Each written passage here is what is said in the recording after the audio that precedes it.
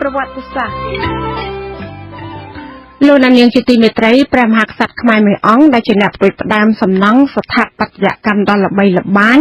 និងជានិមិត្តរូបនៃប្រទេសកម្ពុជាគឺព្រះបាទសូរ្យាវរ្ម័នទី2ចាព្រះអង្គឡើងគ្រងរាជ្យនៅដើមសតវត្សទី12បន្ទាប់ពីបានធ្វើគុតបរិជាពីព្រះអង្គដែលសោយរាជ្យមុនព្រះអង្គជាបន្តទៅទៀតនេះសូមអញ្ជើញលោកនាងស្ដាប់ការរៀបរាប់របស់លោកជុនច័ន្ទបុត្រអំពីប្រវត្តិសាស្ត្រខ្មែរក្នុងរាជ្យព្រះបាទសូរ្យាវរ្ម័នទី2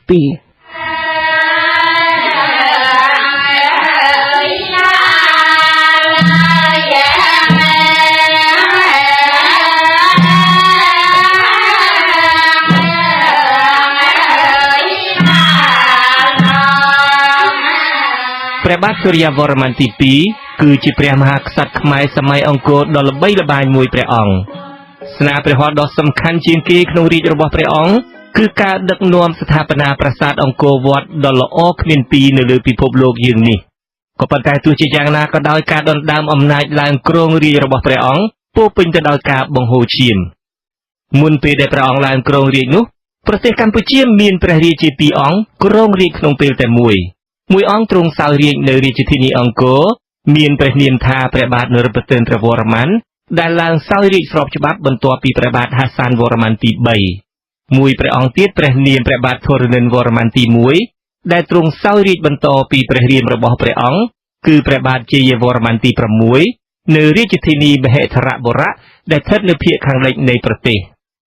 ព្រះបាទធរណិនវរ្ម័នទី1ទ្រង់ឡើងសោយរាជ្យនៅឆ្នាំ1107ហើយទ្រង់ចូលទីវង្គតនៅឆ្នាំ1112នៃគ្រិស្តសករាជដោយមានព្រះមរណនាមថាបរមនិស្កលបុត្រអ្នកដែលធ្វើគុតព្រះបាទធរណិនវរ្ម័នទី1ដើម្បីដណ្ដើមរាជ្យនោះគឺព្រះបាទសូរ្យាវរ្ម័នទី2ដែលជាចៅក្មួយរបស់ព្រះអង្គនោះឯង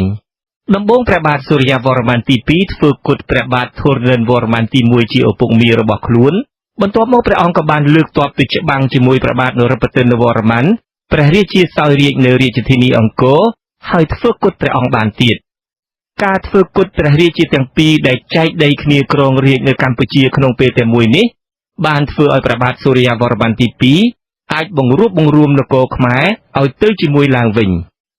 ក្រោយពីធ្វើគុតព្រះរាជាទាំងពីរបានហើយព្រះអង្គក៏ទ្រង់ឡើងសោយរាជ្យនៅរាជធានីអង្គរពិធីរាជាភិសេកក្នុងការឡើងគ្រងរាជ្យនេះត្រូវបានរៀបចំដោយព្រះរាជគ្រូព្រាហ្មណ៍បរហិតទិវាករបណ្ឌិតដដែលលុះទ្រង់បានឡើងសោយរាជ្យហើយព្រះអង្គទ្រង់បានភ្ជាប់ចំណងមិត្តភាពជាមួយប្រទេសចិនឡើងវិញហើយព្រះអង្គបានបញ្ជូនគណៈបេសកកម្មការទូត2ទៅប្រទេសចិនគឺមួយនៅឆ្នាំ1116និងមួយទៀតនៅឆ្នាំ1120នៃគ្រិស្តសករាជព្រះបាទសូរ្យាវរ្ម័នទី2ជាស្ដេចសឹកដ៏អង់អាចក្លាហានព្រះអង្គបានធ្វើសង្គ្រាមជាញឹកញាប់ដោយបានច្បាំងជាច្រើនលើកច្រើនសារជាមួយនឹងប្រទេសចម្ប៉ាដែលបានបញ្ជូនទ័ពមកឈ្លានពានទឹកដីខ្មែរតាំងពីមុនរាជរបស់ព្រះអង្គគឺពេលដែលប្រទេសបែកបាក់គ្នាហើយមានស្ដេចសោយរាជ្យដល់ទៅ2អង្គក្នុងពេលតែមួយនោះសង្គ្រាមជាមួយប្រទេសចម្ប៉ានេះបានទទួលជោគជ័យហើយខ្មែរបានកាន់កាប់រាជធានីវិជ័យពីឆ្នាំ1145ដល់ឆ្នាំ1949ហើយដាក់ប្អូនថ្លៃរបស់ព្រះអង្គឈ្មោះហរិទេវៈឲ្យសោយរាជ្យនៅទីនោះផងច្បាំងនឹងយួនដៃវៀតដែលចេះតែខុបខិតគាំទ្រពួកក្បត់ហើយអនុញ្ញាតឲ្យពួកនេះជ្រកកោនផងច្បាំងនឹងក្សត្របុរីថៃដែលក្រោកបះបោនៅវាលទំនាបខាងលើនៃទន្លេមេណាមផងហើយច្បាំងជាមួយពួកមននៅហរិបញ្ញជ័យថែមទៀតផងដោយសារព្រះអង្គជាស្ដេចសឹកដ៏ខ្លាំងពូកែដូច្នេះហើយទើបព្រះចៅក្រុងចិនថ្វាយព្រះឋានន្តរនាមដ៏ខ្ពង់ខ្ពស់ចំពោះព្រះអង្គថាគិនពីវពិនជេងដែលប្រហែលជាត្រូវនឹងពាក្យខ្មែរថាកំរៈតេងនោះឯងក្នុងរជ្ជកាលរបស់ព្រះអង្គប្រទេសខ្មែរមានវិសាលភាពធំធេងណាស់គឺខាងជើងទល់នឹងប្រទេសចិនខាងត្បូងទល់នឹងសមុទ្រចិនគឺពីកូថារ៉ាបច្ចុប្បន្នញ៉ាត្រាងក្នុងប្រទេសវៀតណាមរហូតដល់ឈូងសមុទ្របានឌុងនៅប្រទេសម៉ាឡេស៊ីខាងលិចទល់នឹងប្រទេសភូមាហើយព្រំប្រទល់ខាងកើតទល់នឹងប្រទេសចម្ប៉ាម្យ៉ាងទៀតព្រះបាទសូរ្យាវរ្ម័នទី2ទ្រង់ជាអ្នកប្រទេសដ៏ឆ្លាតវៀងវៃក្នុងការដឹកនាំប្រទេសជាតិព្រះអង្គជាព្រះមហាក្សត្រខ្មែរដំបូងបំផុតដែលមានជំនឿស៊ប់លើសាសនាព្រាហ្មណ៍គណៈព្រះវិស្ណុដែលក្នុងសម័យនោះមានប្រជាប្រិយភាពធំធេងនៅប្រទេសឥណ្ឌាផងនិងនៅកោះជ្វាផង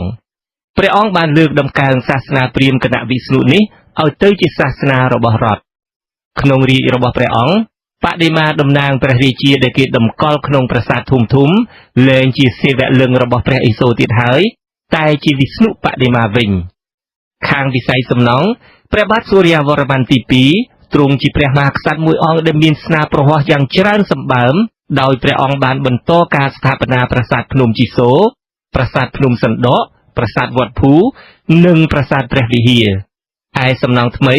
មានប្រាសាទព្រះពិធូប្រាសាទចៅសាយទេវតាប្រាសាទធម្មនុនប្រាសាទបន្ទាយសម្រានិងប្រាសាទអង្គរវត្តដែលជាស្នាដៃដ៏ល្អប្រណិតនៃសិល្បៈខ្មែរហើយដែលត្រូវគេចាត់ទុកថាជាសំណង់សាសនាមួយដ៏ធំជាងគេក្នុងពិភពលោកប្រាសាទអង្គរវត្តក៏ជាទីដែលគេតម្កល់បដិមាព្រះវិស្ណុនិងក៏ប្រហែលជាទីដែលគេបញ្ចុះព្រះធាតុរបស់ព្រះអង្គក្នុងពេលដែលព្រះអង្គសោយទីបង្គត់ទៅនោះនៅខាងចុងរាជរបស់ព្រះអង្គក្នុងឆ្នាំ1149ពួកចាមបានបះបោររួចបានធ្វើគុតហរិទេវៈដែលជាប្អូនថ្លៃរបស់ព្រះអង្គសោយរាជ្យនៅក្រុងវិជ័យហើយរំដោះប្រទេសចម្ប៉ាបានពីកម្ពុជាព្រះបាទសូរ្យាវរ្ម័នទី2ទ្រង់ឡើងគ្រងរាជ្យពីឆ្នាំ1113ហើយប្រហែលជាទ្រង់សោយទីបង្គត់នៅឆ្នាំ1149ឬឆ្នាំ1150នៃគ្រិស្តសករាជដោយមានព្រះមរណនាមថាបរមវិស្ណុលោកខ្ញុំជុនច័ន្ទបុត្រ Vichu Azizi Serai Washington